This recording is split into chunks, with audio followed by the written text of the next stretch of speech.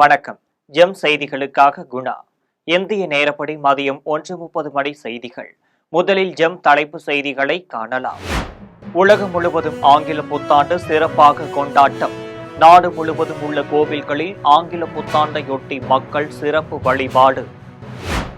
வணிக பயன்பாட்டிற்கான 19 கிலோ எரிவாயு சிலிண்டர் விலை ரூபாய் 111 உயர்ந்து ரூபாய் 850 ஆனது.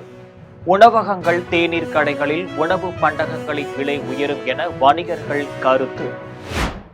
சிகரெட், மெல்லும் புகையிலை பொருட்கள் மீதான உற்பத்தி வரி 25 விழுக்காட்டிலிருந்து 100 விழுக்காடாக உயர்வு. உற்பத்தி வரி உயர்வு பிப்ரவரி முதல் நாளிலிருந்து நடைமுறைக்கு வரும் என மத்திய நிதியமைச்சகம் அறிவிப்பு. தமிழகத்தில் ஒரு சில இடங்களில் லேசானது முதல் மிதமான மழை பெய்ய வாய்ப்பு.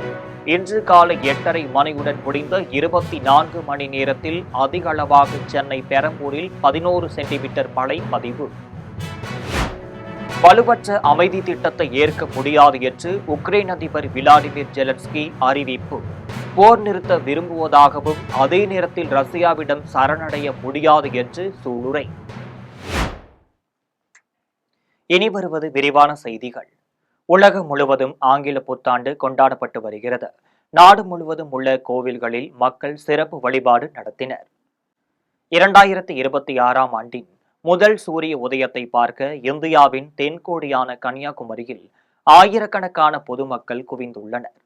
அவர்கள் பகவதி அம்மன் கோவிலுக்கு சென்று வழிபட்டனர். ஆங்கில புத்தாண்டையொட்டி மதுரை திருப்புரகுன்றம் முருகன் கோவிலில் ஏராளமான பக்தர்கள் வரிசையில் நின்று வழிபட்டனர்.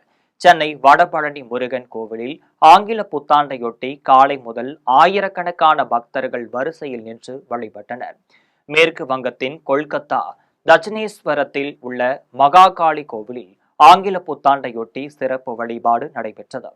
அசாமின் குவஹாத்தியில் உள்ள காமாக்கியா கோவில்களில் ஆங்கில புத்தாண்டையொட்டி பொதுமக்கள் வரிசையாக சென்று அம்மனை வழிபட்டனர். ராஜஸ்தான் மாநிலம் அஜ்மீர் புஷ்கரில் உள்ள பிரம்மன் கோவிலில் ஆங்கில புத்தாண்டையொட்டி பொதுமக்கள் வரிசையாக நின்று வழிபட்டனர். ராஜஸ்தான் மாநிலம் சிகாரில் உள்ள காட்டு சியாம் கோவிலில் ஆங்கில புத்தாண்டையொட்டி ஆயிரக்கணக்கான பக்தர்கள் வரிசையில் நின்று வழிபட்டனர். சத்தீஸ்கர் தலைநகர் ராய்ப்பூரில் உள்ள ராம் கோவிலில் RSS தலைவர் மோகன் பகவத் வழிபாடு நடத்தினார். உத்தரப்பிரதேசம் பிரயாக்ராஜில் உள்ள அனுமான் கோவிலில் ஏராளமான பக்தர்கள் வழிபாடு நடத்தினர். உத்தரப்பிரதேசம் மதுரா பிருந்தாவனத்தில் உள்ள பாகிங் பிகாரி கோவிலில் ஆயிரக்கணக்கான பக்தர்கள் இறைவனை வழிபட்டனர். உத்தரப்பிரதேசத்தின் காசி விஸ்வநாதர் கோவிலில் அதிகாலை முதலே ஆயிரக்கணக்கான பக்தர்கள் வரிசையில் நின்று இறைவனை வழிபட்டனர். தெலுங்கானா தலைநகர் ஹைதராபாத் சிக்கந்தப்பள்ளியில் உள்ள அனுமன் கோவிலில் அதிகாலை முதல் ஏராளமான பக்தர்கள் வழிபாடு நடத்தினர். ஜார்க்கண்ட் மாநிலம் தியோகரில் உள்ள ஜோதிர் லிங்கங்களில் ஒன்றான பாபா வைத்தியநாதர் கோவிலில் ஆங்கில புத்தாண்டையொட்டி ஏராளமான பக்தர்கள் வழிபட்டனர். ஜம்மு காஷ்மீரின் கத்ராவில் உள்ள வைணவ தேவி கோவிலில் ஏராளமான பக்தர்கள் வரிசையில் நின்று வழிபட்டனர். மத்திய பிரதேசத்தின் உச்சனையில் உள்ள மகாலேஸ்வரர் கோவிலில் இந்திய மகளிர் கிரிக்கெட் அணியினர் சிறப்பு வழிபாடு செய்தனர். ஒடிசா மாநிலம் பூரியில் உள்ள ஜெகநாதர் கோவிலில் ஆயிரக்கணக்கான பக்தர்கள் வரிசையில் நின்று வழிபட்டனர். பஞ்சாப் மாநிலம் அமிர்தசரஸ் கோவிலில் ஆங்கில புத்தாண்டையொட்டி முதல் நாளில் ஏராளமான சீக்கியர்கள் சிறப்பு வழிபாடு நடத்தினர். கன்னியாகுமரியில் குவிந்த பக்தர்கள். வணிக பயன்பாட்டிற்கான 19 கிலோ எரிவாயு உருளையின் விலை இன்று முதல் ரூபாய் 111 உயர்த்தப்பட்டுள்ளது. சமையல் எரிவாயு விலையை எண்ணெய் நிறுவனங்கள் மாதந்தோறும் மாற்றியமைத்து வருகின்றனர். அதன்படி ஜனவரி 1 முதல் வணிக பயன்பாட்டு எரிவாயு உருளையின் விலை 111 ரூபாய் உயர்ந்துள்ளது. சென்னையில் நேற்று 1739 ரூபாயாக இருந்த வணிக பயன்பாட்டு சமையல் எரிவாயு உருளை விலை இன்று 1850 ரூபாயாக உயர்ந்துள்ளது. இதன் எதிரொலியாக தேநீர் கடைகளிலும் உணவகங்களிலும் தேநீர், சிற்றுண்டி, உணவு பண்டங்களின் விலை அதிகரிக்கும் என்று வணிகர்கள் தெரிவித்துள்ளனர். இதேபோல் 5 கிலோ எரிவாயு உருளை விலையும் 27 ரூபாய் உயர்த்தப்பட்டுள்ளது. அதே நேரத்தில் 14 கிலோ வீட்டு பயன்பாட்டு எரிவாயு உருளையின் விலையில் மாற்றமில்லை. சிகரெட், புகையிலை பொருட்கள் ஆகியவற்றின் மீதான உற்பத்தி வரி உயர்வு பிப்ரவரி முதல் நாளில் இருந்து நடைமுறைக்கு வரும் என்று மத்திய நிதி அமைச்சகம் தெரிவித்துள்ளது. சிகரெட், மெல்லும் புகையிலை ஆகியவற்றிற்கு 40 விழுக்காடு சரக்கு சேவை வரி விதிக்கப்பட்டுள்ளது. இந்நிலையில் சிகரெட், மெல்லும் புகையிலை பொருட்களுக்கு இப்போதுள்ள 25 விழுக்காடு உற்பத்தி வரியை 100 விழுக்காடாக உயர்த்தியுள்ளனர். இதனால் சிகரெட்களின் வகை, நீளம் ஆகியவற்றை பொறுத்து 1000 சிகரெட்டுகளுக்கு 2050 ரூபாய் முதல் 8500 ரூபாய் வரை உற்பத்தி வரி கூடும். இதனால் ஒரு சிகரெட்டின் விலை 16 ரூபாயிலிருந்து 72 ரூபாயாக ஜனவரி முதல் உயரும் என்று எதிர்பார்க்கப்படுகிறது. இந்நிலையில் சிகரெட், மெல்லும் புகையிலை பொருட்கள் ஆகியவற்றின் மீதான உற்பத்தி வரி உயர்வு பிப்ரவரி முதல் நாளில் இருந்து நடைமுறைக்கு வரும் என்று மத்திய அரசின் நிதி அமைச்சகம் அறிவித்துள்ளது. தமிழகத்தில் ஒரு சில இடங்களில் லேசானது முதல் மிதமான மழை பெய்ய வாய்ப்புள்ளதாக சென்னை வானிலை ஆய்வு மையம் தெரிவித்துள்ளது. இலங்கை கடலோர பகுதிகளுக்கு அப்பால் உள்ள தென்மேற்கு வங்கக்கடல் பகுதிகளின் மேல் ஒரு வளிமண்டல மேலடுக்கு சுழற்சி நிலவுகிறது. இதன் காரணமாக இன்று தமிழகத்தில் ஒரு சில இடங்களிலும், புதுச்சேரி, காரைக்கால் பகுதிகளிலும் இடி மின்னலுடன் கூடிய லேசானது முதல் மிதமான மழை பெய்யக்கூடும். நாளை தென் தமிழகத்தில் ஒரு சில இடங்களிலும், வட தமிழகத்தில் ஓரிரு இடங்களிலும், புதுச்சேரி, காரைக்கால் பகுதிகளிலும் லேசானது முதல் மிதமான மழை பெய்யக்கூடும். ஜனவரி 3ஆம் நாள் தென் தமிழகத்தில் ஓரிரு இடங்களில் லேசானது முதல் மிதமான மழை பெய்யக்கூடும் என்று வானிலை ஆய்வு மையம் தெரிவித்துள்ளது.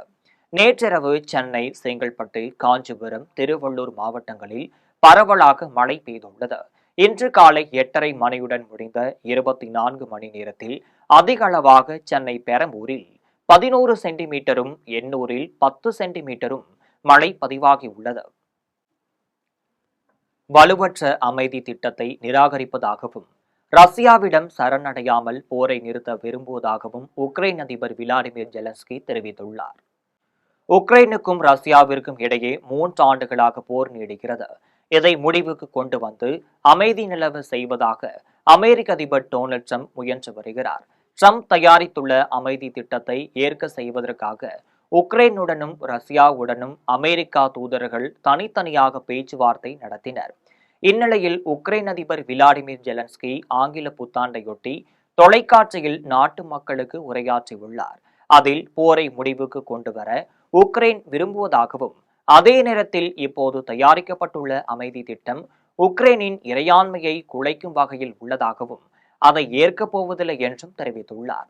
இந்த உடன்பாடு வலுவற்றது, குறைந்த வாழ்நாள் உடையது என்றும் அவர் குறிப்பிட்டுள்ளார். போரை முடித்து அமைதியை கொண்டு வர உக்ரைன் விரும்புவதாகவும், அதே நேரத்தில் ரஷ்யாவிடம் சரணடைவதை விரும்பவில்லை என்றும் ஜெலன்ஸ்கி தெரிவித்துள்ளார். பூவரசம்பட்டில் புதிதாக கட்டப்பட்ட நியாய விலை கடையை அமைச்சர் தாமோ அன்பரசன் மக்கள் பயன்பாட்டிற்காக திறந்து வைத்தார். செங்கல்பட்டு மாவட்டம் புனித தோமையார் மலை பூவரசம்பட்டியில் 13 லட்சம் ரூபாய் மதிப்பீட்டில் கட்டப்பட்ட புதிய நியாய விலை கடையின் திறப்பு விழா நடைபெற்றது. விழாவில் தொழில்துறை அமைச்சர் தாமோ அன்பரசன் கலந்து கொண்டு நியாய விலை கடையை மக்கள் பயன்பாட்டிற்காக திறந்து வைத்து பொருட்களை வழங்கினார். இந்த நிகழ்வில் ஊராட்சி மன்ற தலைவர் ஜி.கே. ரவி, மாவட்ட கவுன்சிலர் மனோகர், வார்டு உறுப்பினர்கள், கட்சி நிர்வாகிகள் ஆகியோர் கலந்து கொண்டனர். முதலமைச்சர் எண்ணற்ற திட்டங்களை செய்துள்ளார் என்றும், அதை மனதில் வைத்துக் கொண்டாவது வருகின்ற சட்டமன்ற தேர்தலில் உதயசூரியனுக்கு வாக்களிக்க வேண்டும் என்று அமைச்சர் மா. சுப்பிரமணியன் கேட்டுக்கொண்டார். சென்னை கோவிலம்பாக்கத்தில் திமுக ஒன்றிய கழக செயலாளர் வெங்கடேசன் தலைமையில் தேர்முனை கூட்டம் நடைபெற்றது. இதில் சுகாதாரத்துறை அமைச்சர் மா. சுப்பிரமணியன் கலந்து கொண்டு உரையாற்றினார். அப்போது பேசிய அவர், வருகின்ற சட்டமன்ற தேர்தலில் அதிகப்படியான வாக்குகளை வாங்கி வெற்றி பெற செய்ய வேண்டும் என்று கூறினார். தொடர்ந்து முதலமைச்சர் எண்ணற்ற திட்டங்களை செய்துள்ளார் என்றும், அதை மனதில் வைத்துக் கொண்டாவது வருகின்ற சட்டமன்ற தேர்தலில் உதயசூரியனுக்கு வாக்களிக்க வேண்டும் என்று கேட்டுக்கொண்டார். இதையடுத்து சட்டமன்ற உறுப்பினர் அரவிந்த் ரமேஷ் ஆலோசனை வழங்கினார். இதில் ஊராட்சி மன்ற தலைவர்கள், வார்டு உறுப்பினர்கள், கட்சி நிர்வாகிகள் ஆகியோர் கலந்து கொண்டனர். எந்த கொடி இருந்தாலும் தமிழகத்தில் மீண்டும் திமுகவின் கொடிதான் பறக்கும் என்று அமைச்சர் சேகர் பாபு தெரிவித்துள்ளார். சென்னை கொரட்டூரில் திமுக சார்பில் பாக முகவர்கள் ஆலோசனை கூட்டம் நடைபெற்றது. இந்த கூட்டத்தில் அமைச்சர் சேகர் பாபு, அம்பத்தூர் சட்டமன்ற உறுப்பினர் ஜோசப் சாமுவேல், பகுதி செயலாளர் நாகராஜ் உள்ளிட்ட ஏராளமானோர் கலந்து கொண்டனர். இக்கூட்டத்தின் போது தேர்தலை எவ்வாறு எதிர்கொள்வது என திமுக தொண்டர்களுக்கு அமைச்சர் சேகர் பாபு அறிவுரை வழங்கினார். இதன் பின்னர் அமைச்சர் சேகர் பாபு செய்தியாளர்களை சந்தித்து பேசிய போது 2026ஆம் ஆண்டு மீண்டும் முதலமைச்சர் மு.க.ஸ்டாலின் முதலமைச்சராகுவார் என்றும் கூட்டத்தில் சபதம் ஏற்றதாக தெரிவித்தார். தொடர்ந்து பேசிய அமைச்சர் சேகர் பாபு, எந்த கொடி இருந்தாலும் தமிழகத்தில் மீண்டும் திமுகவின் கொடிதான் பட்டொளி வீசி பறக்கும் என்றார். 2026ஆம் ஆண்டில் இந்தியாவை போற்றுகின்ற சிறந்த ஆட்சியை முதலமைச்சர் மு.க.ஸ்டாலின் படைப்பார் என கூறினார். மீண்டும் இரண்டாவது முறையாக அரியணையில் அமர்வார் என்ற சபதத்தோடு இன்றைக்கு அம்பத்தூர் சட்டமன்றத்திற்கு உட்பட்ட பாகமுகவர்கள் BLA2 மற்றும் BDA, BYA ஆகிய நிர்வாகிகளோடு கலந்தாலோசனை செய்து இன்றைக்கு வருகின்ற புத்தாண்டை வரவேற்று கேக்கு வெட்டி இனிப்புகள் வழங்கி மகிழ்ச்சியோடு கொண்டாடி கொண்டிருக்கின்றோம். சென்னை பனையூரில் பல்வேறு மாவட்டங்களைச் சேர்ந்த புதிய நிர்வாகிகளுக்கு கட்சியில் புதிய பொறுப்புகளை அறிவித்து அதற்கான சான்றிதழ்களை அன்புமணி ராமதாஸ் வழங்கினார். சென்னை பனையூரில் உள்ள பாட்டாளி மக்கள் கட்சியின் அலுவலகத்தில் தலைவர் அன்புமணி ராமதாஸ் தலைமையில் புதிய பொறுப்பாளர்கள் நியமிக்கும் நிகழ்ச்சி நடைபெற்றது. இதில் காஞ்சிபுரம், திருப்போரூர் உள்ளிட்ட மாவட்டங்களைச் சேர்ந்த புதிய நிர்வாகிகளுக்கு கட்சியில் புதிய பொறுப்புகளை அறிவித்து அதற்கான சான்றிதழ்களை அன்புமணி ராமதாஸ் நேரில் வழங்கினார். இதையடுத்து விழுப்புரம் மாவட்டத்தைச் சேர்ந்த 100க்கும் மேற்பட்டோர் பாட்டாளி மக்கள் கட்சியில் தங்களை இணைத்துக் கொள்வதற்காக அலுவலகத்திற்கு வருகை தந்தனர். மேலும் பல்வேறு மாவட்டங்களைச் சேர்ந்த நிர்வாகிகள் அன்புமணி ராமதாஸை சந்தித்து புத்தாண்டு வாழ்த்துக்களை தெரிவித்து வருகின்றனர். கொடைக்கானலில் ஆங்கில புத்தாண்டையொட்டி காவல்துறையினர் சார்பில் புதிய கட்டுப்பாடுகள் விதித்துள்ளனர். திண்டுக்கல் மாவட்டம் கொடைக்கானலில் ஆங்கில புத்தாண்டையொட்டி ஏரி சாலை செல்லும் பிரதான வழிகளில் இரும்பு பாதுகாப்பு தடுப்பு வேலிகள் அமைக்கப்பட்டு தொடர்ந்து 12 மணி நேரம் காவல்துறையினர் கண்காணிக்க இருப்பதாகவும் தெரிவிக்கப்பட்டுள்ளது. இதையடுத்து இந்த பகுதிகளில் டிஜே பார்ட்டி அதிக சப்தத்துடன் ஆடல் பாடல்களுக்கு காவல்துறை சார்பில் தடை விதிக்கப்பட்டுள்ளது. இதனையும் மீறி வெளியாட்கள் ஏரி சாலை பகுதியில் சென்று மது அருந்தினாலோ பொதுமக்களுக்கு இடையூறு செய்யும் வகையில் யாரும் ஈடுபட்டால் அவர்கள் மீது கடும் நடவடிக்கை எடுக்கப்படும் என்று கொடைக்கானல் காவல்துறை சார்பில் தெரிவிக்கப்பட்டுள்ளது. தஞ்சையில் தலைக்கவசம் அணிந்து வந்தவர்களுக்கு காவல் ஆய்வாளர் ரவிச்சந்திரன் புத்தாண்டையொட்டி 50 பெண்களுக்கு தலா 4 கிராம் வெள்ளி நாணயம் பரிசாக வழங்கி இன்ப அதிர்ச்சி கொடுத்தார். தஞ்சை மாவட்டம் ஆற்றுப்பாலம் ரவுண்டானா அருகில் தஞ்சை மாநகர போக்குவரத்து காவல் ஆய்வாளர் ரவிச்சந்திரன் தலைமையில் போக்குவரத்து காவலர்கள் வாகன சோதனையில் ஈடுபட்டனர். அப்போது தலைக்கவசம் அணியாமல் வந்தவர்களுக்கு அபராதமும், தலைக்கவசம் அணிந்து வந்த பெண்களை நிறுத்திய போக்குவரத்து காவல் ஆய்வாளர் ரவிச்சந்திரன் புத்தாண்டு வாழ்த்துக்கள் கூறி 50 பெண்களுக்கு தலா 4 கிராம் வெள்ளி நாணயம் பரிசாக வழங்கினார். திண்டுக்கல்லில் நிரந்தர தார் சாலை அமைத்து தர வேண்டும் என ஊராட்சி ஒன்றியம் மற்றும் மாவட்ட நிர்வாகத்திடம் பொதுமக்கள் கோரிக்கை விடுத்துள்ளனர். திண்டுக்கல் மாவட்டம் டி. புதுப்பட்டி, வெள்ளையாபுரத்தில் 50க்கும் மேற்பட்ட குடும்பங்கள் வசித்து வருகின்றனர். இப்பகுதியில் சாலை வழியில்லாமல் மழைக்காலங்களில் குளம் வழியாகவே வேலைக்கும் மருத்துவமனைக்கும் செல்லும் அவல நிலை ஏற்பட்டுள்ளது. இதுகுறித்து பல்வேறு அரசியல் கட்சியினர் அதிகாரிகளிடம் புகார் அளித்தும் எந்த ஒரு நடவடிக்கையும் எடுக்காததால் கிராம மக்கள் தாங்களாகவே கூட்டு முயற்சியில் இறங்கினர். பொதுமக்களிடம் பணம் சேகரித்து JCB இயந்திரம் மூலம் குளத்தின் ஓரப்பகுதியில் மண் சாலை அமைத்து தற்காலிகமாக இந்த சாலையை பயன்படுத்தி வருகின்றனர். இந்நிலையில் நிரந்தர தார் சாலை அமைத்து தர வேண்டும் என ஊராட்சி ஒன்றியம் மற்றும் மாவட்ட நிர்வாகத்திடம் பொதுமக்கள் கோரிக்கை விடுத்துள்ளனர். நாங்கள்லாம் 10-50 கையில் போட்டு நாங்கள் மண் சாலை அனுப்பிச்சிட்டு இருக்கோம். நாங்கள் இப்போ கிராம சபை கூட்டத்தில் போய் நாங்கள் மனு கொடுத்தாலும் 2-3 டைம் நான் கம்ப்ளைண்ட் பண்ணி கொடுத்துருக்கேன். நானே கம்ப்ளைண்ட் பண்ணி கொடுத்துருக்கேன். எந்த ஒரு ரெஸ்பான்ஸுமே கிடையாது. தென்காசியில் தனியார் மேல்நிலைப் பள்ளியில் முன்னாள் மாணவர்கள் சந்திப்பு நிகழ்ச்சி நடைபெற்றது. தென்காசி மாவட்டம் சுரண்டை பகுதியில் செயல்பட்டு வரும் தனியார் மேல்நிலைப் பள்ளியில் 1999ஆம் ஆண்டு பயின்ற முன்னாள் மாணவர்கள் சந்திப்பு நிகழ்ச்சி நடைபெற்றது. இந்நிகழ்ச்சியில் தங்களது பள்ளிக்கால மறக்க முடியாத அனுபவங்களை மாணவர்கள் ஒருவருக்கொருவர் பரிமாறிக்கொண்டனர். தொடர்ந்து அவர்களது ஆசிரியர்களை கௌரவப்படுத்தி பாராட்டுக்களை தெரிவித்தனர். இந்நிகழ்ச்சியில் ஆசிரியர்கள் செல்வி, தங்கராஜ், முன்னாள் மாணவரும் தென்காசி தெற்கு மாவட்ட திமுக செயலாளரான ஜெயபாலன் மற்றும் பலர் கலந்து கொண்டனர். கன்னியாகுமரியில் புத்தாண்டையொட்டி சூரிய அஸ்தமானதை காண சுற்றுலா பயணிகள் குவிந்ததால் காவல்துறையினர் தீவிர பாதுகாப்பு பணியில் ஈடுபட்டு வருகின்றனர். கன்னியாகுமரி மாவட்டம் கோவளம் அருகே புத்தாண்டையொட்டி சூரிய அஸ்தமானதை காண கன்னியாகுமரியில் சுற்றுலா பயணிகள் குவிந்துள்ளனர். இதை காண வருகை தந்த மக்கள் தங்கள் கைபேசியில் புகைப்படம் எடுத்து மகிழ்ந்தனர். தொடர்ந்து சுற்றுலா பயணிகள் கூட்டம் அதிகமாக காணப்பட்டதால் காவல்துறையினர் தீவிர பாதுகாப்பு பணியில் ஈடுபட்டனர். மேலும் சுற்றுலா பயணிகளின் பாதுகாப்பு கருதி கடற்கரையில் இருந்து கடலில் இறங்க அனுமதி மறுக்கப்பட்டுள்ளது. கோவில்பட்டி அருகே கழிவு தீப்பெட்டி அட்டை குடோன் வளாகத்தில் திடீரென தீ விபத்து ஏற்பட்டதால் அப்பகுதியில் பெரும் பரபரப்பு ஏற்பட்டது. தூத்துக்குடி மாவட்டம் கோவில்பட்டியைச் சேர்ந்தவர் பிரேம் திலக். இவருக்கும் சொந்தமான கழிவு தீப்பெட்டி அட்டை குடோன் உள்ளது. இந்த குடோனில் வெளிப்பகுதியில் பழைய தீப்பெட்டி அட்டைகளை மூட்டைகளாக வைத்துள்ளனர். கழிவு தீப்பெட்டி மூட்டைகளில் இருந்து திடீரென தீ அதிகமாக பற்றி எரிந்துள்ளது. இதனை கண்ட பொதுமக்கள் தீயணைப்பு நிலையத்திற்கு தகவல் அளித்தனர். சம்பவ இடத்திற்கு விரைந்து வந்த தீயணைப்பு துறையினர் தீயை அணைக்கும் பணியில் ஈடுபட்டனர். இதுகுறித்து கிழக்கு காவல் நிலைய காவல்துறையினர் வழக்கு பதிவு செய்து விசாரணை மேற்கொண்டு வருகின்றனர்.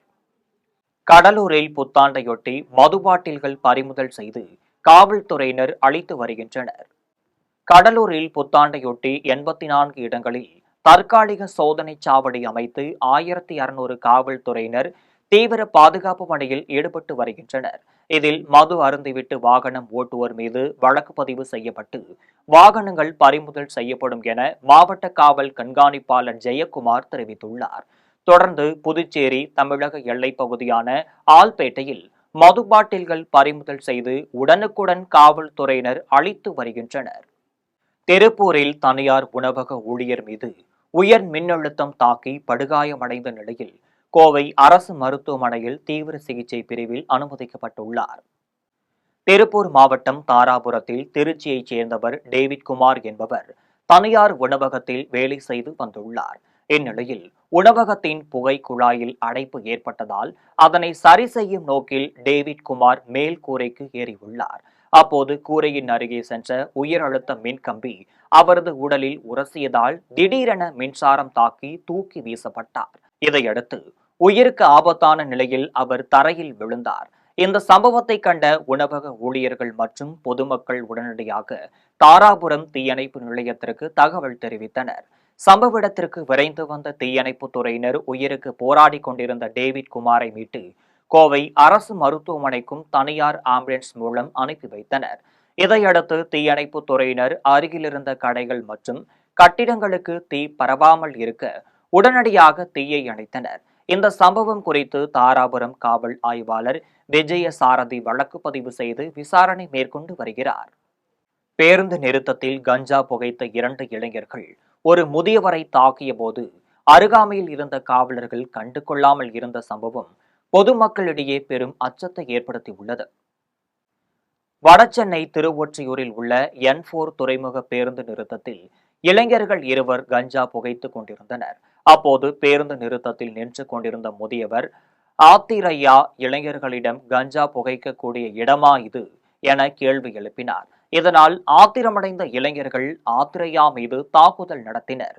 இந்த தாக்குதலில் ஆத்திரையாவின் வலது கண் மேலே உள்ள பகுதி கிழிந்து ரத்தம் வழிந்து ஓடியது. இதை கண்ட இளைஞர்கள் அங்கிருந்து தப்பி ஓடி உள்ளனர்.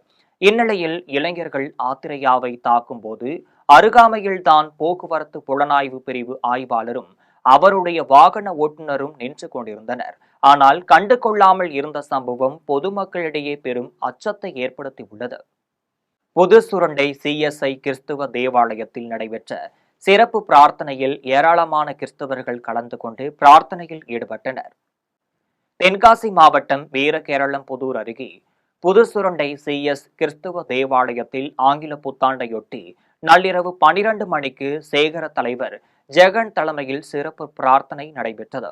இதில் விஸ்வவாணி நற்செய்தி பணி இயக்க ஊழியர் இமானுவேல், சபை ஊழியர் இயேசுராஜ், நிர்வாகிகள் அன்னப்பிரகாசம், ஜேக்கப், ராஜ்குமார் ஆகியோர் கலந்து கொண்டனர். பின்னர் இதேபோல் தென்காசி மாவட்டத்தின் அனைத்து தேவாலயங்களிலும் சிறப்பு பிரார்த்தனை நடைபெற்றது.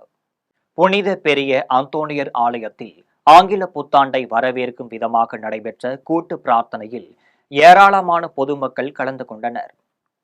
திண்டுக்கல் மாவட்டம் வேடச்சந்தூர் அருகே மாரம்பாடியில் புனித பெரிய அந்தோணியர் ஆலயத்தில் 2026ஆம் ஆண்டை வரவேற்கும் விதமாக சிறப்பு பூஜைகளும் கூட்டு பிரார்த்தனையும் திருப்பலி பூஜையும் நடைபெற்றது. இதில் ஆலயத்தின் பங்கு தந்தை சுரேஷ், சகாயராஜ், அமல்ராஜ் ஆகியோர் தலைமை தாங்கினர். இதையடுத்து சிறப்பு பூஜையில் மாரம்பாடி ஊர் மேனேஜர் மற்றும் நாட்டாமை மணிக்காரர் உள்ளிட்ட முக்கியஸ்தார்கள் பொதுமக்கள் கலந்து கொண்டனர். தாராபுரத்தில் புத்தாண்டை வரவேற்கும் வகையில் தேவாலயங்களில் சிறப்பு பிரார்த்தனைகள் மற்றும் கொண்டாட்டங்கள் நடைபெற்றது.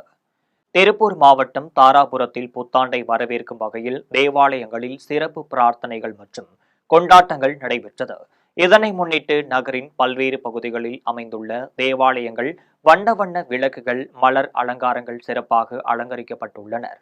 தாராபுரம் பகுதியில் 18க்கும் மேற்பட்ட தேவாலயங்கள் அமைந்துள்ள நிலையில் புத்தாண்டு தினத்தை இறை வேண்டுதலுடன் தொடங்கும் மரபின்படி சிறப்பு ஜெபங்கள், நன்றி செலுத்தும் பிரார்த்தனைகள், சமாதானம், ஒற்றுமை மற்றும் நலன் வேண்டிய வேண்டுதல்கள் நடத்தப்பட்டது. தேவாலய வளாகங்களில் ஆன்மீக இசைகள் முழங்க பக்தர்கள் மற்றும் பொதுமக்கள் குடும்பத்துடன் திரளாக வருகை தந்து புத்தாண்டு பிரார்த்தனைகளில் கலந்து கொண்டு வருகின்றனர். மேலும் கூட்ட நெரிசலை கட்டுப்படுத்தும் வகையில் தேவாலயங்களில் பாதுகாப்பு ஏற்பாடுகள் மேற்படுத்தப்பட்டுள்ளதுடன் அதிகம் கூடும் பகுதிகளில் தன்னார்வலர்கள் நியமிக்கப்பட்டுள்ளனர். இதனால் தாராபுரம் நகர் முழுவதும் புத்தாண்டு உற்சாகமாக நிறைந்த சூழலில் காணப்படுகிறது. சேலத்தில் ஆங்கில புத்தாண்டை வரவேற்று பொதுமக்கள் உற்சாகமாக கொண்டாடி வருகின்றனர். நாடு முழுவதும் ஆங்கில புத்தாண்டு கொண்டாட்டம் தற்பொழுது களை கட்டி உள்ளது. சேலம் மாவட்டத்தில் உள்ள நட்சத்திர விடுதிகளில் ஆடல், பாடல்கள் உள்ளிட்ட பல்வேறு கலை நிகழ்ச்சிகளுடன் பொதுமக்கள் புத்தாண்டை வரவேற்றனர். மாவட்டம் முழுவதும் 1500 போலீசார் பாதுகாப்பு பணியில் ஈடுபட்டுள்ளனர். மது அருந்திவிட்டு வாகனங்கள் ஓட்டக்கூடாது எனவும், புத்தாண்டு கொண்டாட்டம் என்கின்ற பெயரில் பொது சாலையில் வாகனங்களில் சாகசங்கள் செய்வது, அதிவேகமாக வாகனங்களை இயக்குவது, விதிமுறைகளை மீறி வாகனங்களை இயக்குவது போன்ற செயல்களில் ஈடுபட்டால் வாகனம் பறிமுதல் செய்யப்படுவதோடு ஓட்டுநர் உரிமம் ரத்து செய்யப்படுவது உள்ளிட்ட சட்ட நடவடிக்கைகள் மேற்கொள்ளப்படும் எனவும் எச்சரிக்கை விடுக்கப்பட்டுள்ளது. மேலும் மாவட்டத்தில் உள்ள அனைத்து தேவாலயங்களிலும் புத்தாண்டை வரவேற்று சிறப்பு திருப்பலி நடைபெற்ற நிலையில் மக்கள் அதிகம் கூடும் தேவாலயங்கள், கோவில்கள் மற்றும் பேருந்து நிலையங்கள், ரயில் நிலையங்கள் உள்ளிட்ட இடங்களில் காவல்துறையினர் பாதுகாப்பு பலப்படுத்தப்பட்டுள்ளது. கோவையில் நோய்கள் வராமல் தடுக்க பின்பற்ற வேண்டிய வழிமுறைகள் குறித்த விழிப்புணர்வு பேரணி நடைபெற்றது. கோவையில் நோய்கள் மற்றும் அது தொடர்பான மருத்துவம் குறித்த விழிப்புணர்வு கருத்தரங்கம் மருத்துவர் விஸ்வநாதன், நிர்வாக இயக்குனர் தீபா விஸ்வநாதன் ஆகியோர் தலைமையில் நடைபெற்றது. இந்த நிகழ்ச்சியில் பல்வேறு துறையைச் சேர்ந்த மருத்துவ நிபுணர்கள் கலந்து கொண்டு பொதுமக்களுக்கு நோய்கள் வராமல் தடுப்பதற்கான வழிமுறைகள் குறித்து விழிப்புணர்வு ஏற்படுத்தினர். இதில் கொலஸ்ட்ரால், மாரடைப்பு, மஞ்சள் காமாலை, ஆரம்பகால புற்றுநோய், பச்சிளம் குழந்தைகளின் நவீன கால தடுப்பூசிகள், குழந்தையின்மை ஆகியவற்றிற்கு ஆலோசனைகள் வழங்கப்பட்டது. தொடர்ந்து அவர்கள் 40 வயதிற்கு மேற்பட்டவர்களுக்கு வரும் தலை சுற்றல், அஜீரணம், வயிற்று வலி, மனநல பிரச்சனைகள், நோய்கள் மற்றும் அது தொடர்பான சிகிச்சை முறைகள், நோய்கள் வராமல் முன்கூட்டியே தடுக்கும் முறைகள் குறித்தும் மருத்துவர்கள் விளக்கி கூறினர். அந்த அளவுக்கு தான் ஃபுட் இருக்கு. இப்போ அந்த அளவுக்கு தரமான ஃபுட்டாக இருக்கா, தரமான எண்ணெய் யூஸ் பண்ணாங்களா, தரமான கெமிக்கல்ஸ் இல்லாத ஃபுட்டு கொடுக்குறாங்களாங்கிறது தெரியல. பட் ஆனால் ஜனங்க இதை பற்றி கொஞ்சம் விழிப்புணர்வு வேணும். கரூரில் சிறுவர், சிறுமியர் மற்றும் பொதுமக்களுடன் புத்தாண்டை கேக்கு வெட்டி காவல்துறையினர் கொண்டாடினர். கரூர் மாவட்டத்தில் கூடுதல் துணை கண்காணிப்பாளர் பிரபாகரன் தலைமையில் எறும்பால் காவல்துறையினரும் சேர்ந்து பொதுமக்களுடனும் சிறுவர், சிறுமிகளுடனும் இணைந்து புத்தாண்டை கேக்கு வெட்டி கொண்டாடி உள்ளனர். கேக்குகளை பெற்றுக்கொண்ட பொதுமக்கள் காவல்துறையினருக்கு நன்றி தெரிவித்ததோடு புத்தாண்டு வாழ்த்துக்களையும் பகிர்ந்து கொண்டனர். இனி வருவது திரையுலக செய்திகள். எம்ஜிஆர் போல் தனித்துவமாக களம் இறங்கினால் மொத்த நாடும் தாவேகா தலைவர் விஜய் பின்னால் நிற்கும் என்று நடிகர் மன்சூர் அலிகான் தெரிவித்துள்ளார். சென்னை பல்லாவரத்தில் மாற்றுத்திறனாளிகள் தங்கள் திறமைகளை வெளிப்படுத்தும் வகையில் நடன நிகழ்ச்சி நடைபெற்றது. இந்நிகழ்ச்சியில் சிறப்பு அழைப்பாளராக கலந்து கொண்ட நடிகர் மன்சூர் அலிகான் வெற்றி பெற்றவர்களுக்கு பரிசுகள் வழங்கினார். இதனைத் தொடர்ந்து நடிகர் மன்சூர் அலிகான் செய்தியாளர்களை சந்தித்து பேசிய போது, வாழ்க்கை ஒருமுறை போனாலும் வராது என்றும் இளைஞர்கள் போதையில் இருந்து மீண்டும் வர வேண்டும் என்று அறிவுறுத்தினார். தங்கம் விலை ஏறிக்கொண்டிருப்பது நாட்டின் சாபக்கேடு என்றார். எம்ஜிஆர் போல் தனித்துவமாக களம் இறங்கினால் மொத்த நாடும் தாவேகா தலைவர் விஜய் பின்னால் நிற்கும் என்று விமர்சித்தார்.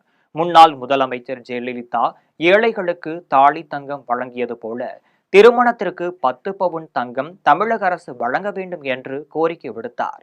இன்னைக்கு பார்த்தீங்கன்னா தமிழ்நாடு முழுக்க இந்தியா முழுக்கவும் அதிகமான விபத்துக்கள் நடக்குது. இந்த டிசம்பர் மாதத்துல தான் அதிகமாக நடக்குது. அதுக்கு காரணமும் இந்த போதை வஸ்துக்களாகவும் இருக்கலாம், சதியின் விதியின் காரணமாகவும் இருக்கலாம். இனி வருவது உலக செய்திகள்.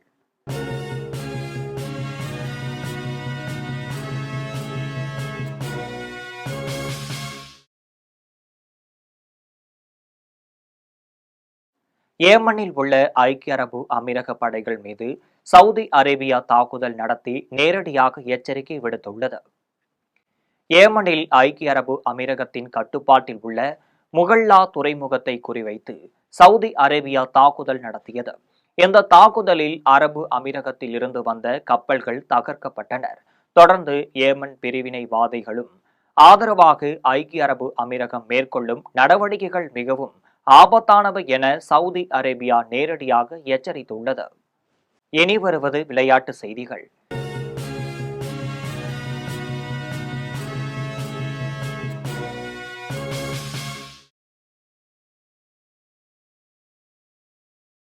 SA-20 ஓவர் கிரிக்கெட் தொடர் போட்டி எம்ஐ கேப்டவுன் அணியை வீழ்த்தி பிரிட்டோனியஸ் கேபிட்டல்ஸ் அணியை வென்றுள்ளது. தென்னாப்பிரிக்காவில் SA-20 ஓவர் கிரிக்கெட் தொடர் போட்டி நடைபெற்று வருகிறது. இந்த தொடர் போட்டியில் எம்ஐ கேப்டவுன் அணியும் பிரிட்டோனியஸ் கேபிட்டல்ஸ் அணியும் மோதினர். இதில் டாஸ் வென்ற பிரிட்டோனியஸ் கேபிட்டல்ஸ் அணி பேட்டிங்கை தேர்வு செய்து 20 ஓவர்களில் 220 ரன்களை எடுத்தது. போட்டியில் ரூதர் போர்ட், பிரிவிஸ் ஆகியோர் மிக சிறப்பாகவும் அதிரடியாகவும் விளையாடினர். இதையடுத்து 221 ரன்கள் என்ற இமாலய இலக்குடன் களமிறங்கிய எம்ஐ கேப்டவுன் அணி 14 ஓவர்களில் 135 ரன்கள் மட்டுமே எடுத்து ஆல் அவுட் ஆனது. இனி வருவது தங்கம், வெள்ளி மற்றும் பங்குச்சந்தை விலை நிலவரம்.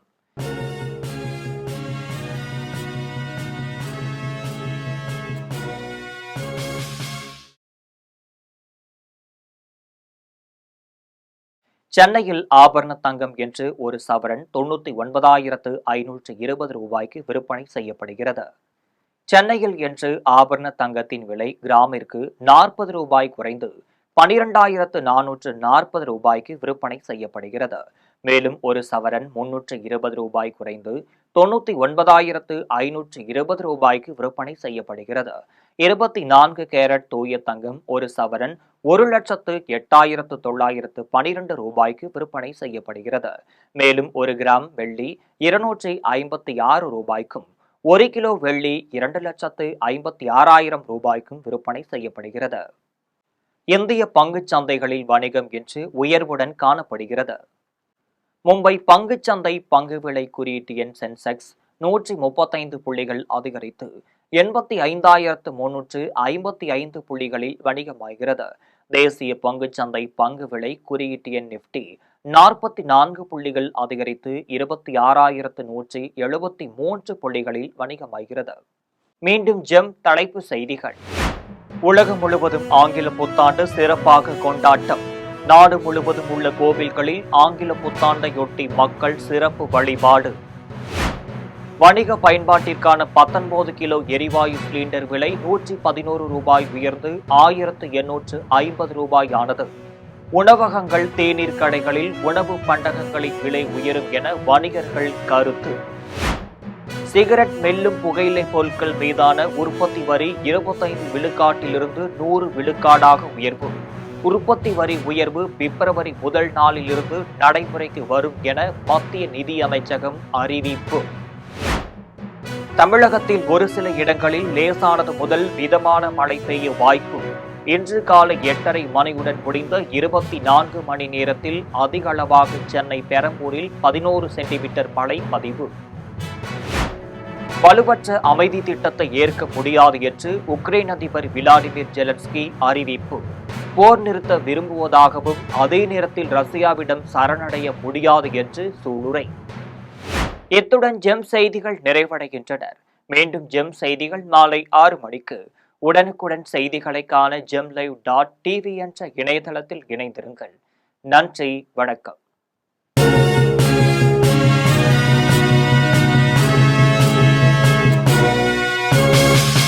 உடனுக்குடன் அப்டேட் தெரிந்து கொள்ள ஜெம் டிவி தமிழ் ஆப்பை இன்ஸ்டால் செய்யவும்.